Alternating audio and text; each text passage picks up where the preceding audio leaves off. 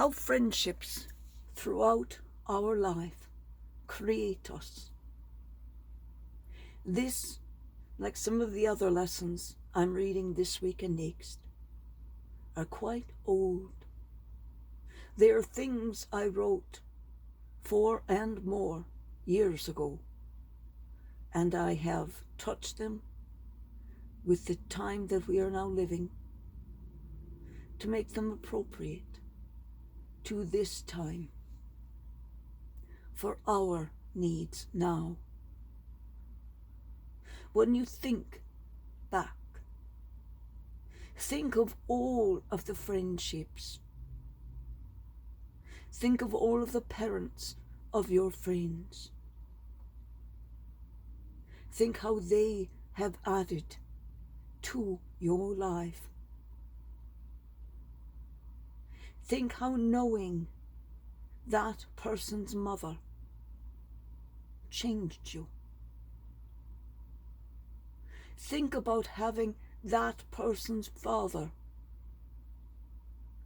as a coach or just someone on the sidelines, for you did not have a father.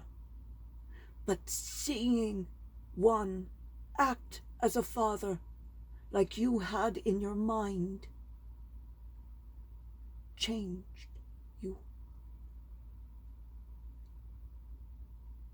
See how it changed you. For you had no daddy. You had no papa role in your mind, in your life, because the man who was biologically daddy was not a daddy. He was dad. And the relationship with which you had with him was very businesslike. You had a role with him. You traveled with him on important trips. And you met very, very important people in the world. Not just in your world. Not just in his world. You were meeting presidents, vice presidents, prime ministers, kings,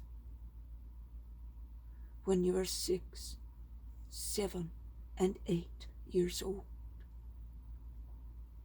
You were groomed to it. That does not make a father, a daddy. That does not create a loving relationship. For you know exactly what the expectations are of you. And you've known them since you were 4.5 years old. You didn't meet daddy until you were about 14 years old. Because then, and only then, was he ready to deal with you on an adult level. That's not bad. That's not good. That is just a statement of fact. Some people would say, oh, that's horrible. To which others would say, no, it gave great opportunity. Because they learned how to work a room. They learned how to behave in adult settings. They knew what to do. From the time almost of birth. But then we needed other people to fill the other roles. To this we now add the various communities, or the less pretentious group or team, to even groups of friends. We learn to have relationships, not business relationships, but friendships with real people. For we are molded by our relationships, and we become who we are because of them. A good priest, minister, reverend, or even a Christian counselor, someone who leads your groups, who leads your prayers in the absence of someone else being present, therefore is first of all human with his or her own humanity, who knows his or her own history with its riches and its wounds, and who has learned to make peace with all of that, reaching an underlying serenity, that of a disciple of the Lord. Human formation is therefore full of intensity for all of these people, so that they learn not to be dominated by their limitations, but instead how to build on the talents and gifts from God. A priest, minister, reverend, Christian counselor, et al.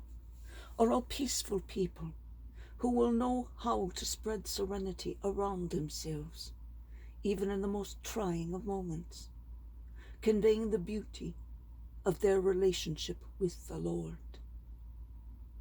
It is not normal for all of these leaders to often be sad, nervous, or harsh of character. It is not okay, and it does no good, neither for any of the leaders, nor for the people they are around. If you have an illness, if you are overwrought, go to the doctor. Go to a spiritual doctor and a medical doctor. Both of them will give you medicine that will be good for you. The faithful should not have to pay for the neurosis of their leader. Do not lambast the faithful. Be close at heart to them. All Christian leaders, we are all apostles of joy, proclaiming the gospel, that is, the good news par excellence. It is certainly not we who give strength to the gospel, which some believe, but we can either help or hinder the encounter between the gospel and people. Our humanity is the earthen vessel in which we safeguard the treasure of God, a vessel of which we must take care in order to properly pass on its precious contents. And think back to all those that you loved, cheered for, and followed within the church. There were some priests or ministers, reverends, whatever you call them, for whom you would have done anything, because they were the person at that time that was leader for you. That doesn't mean that others were good or bad. It just means that the others were different for you. It does not mean anything positive or negative. It just means that this one touched you.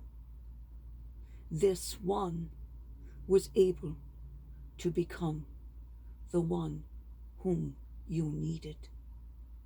Because not all people can ever be there for us at the same time. As a counselor, I knew there were some people that I could reach and that my fellow counselors could not reach. And it was simply by measure of the fact that they simply responded to me. And no, I didn't have the accent then. I trained out of it for the better part of 30 years. And then in 2017, ironically, on my father's birthday, I let it break back through. And I called him, and he said, "Praise God, I have an Irish daughter again." He was so pleased. I called my mum, and she goes, "Oh, crap." Insert other word for crap. She goes, "You're Irish again." So therein lies the split of my family, where one is happy, one is crapping. So it will be so always between families. One will be happy and one will crap. Peace be with you always, and may peace be given unto those with whom you work, with whom you live, and all to whom you say hello or smile. Talk to you later.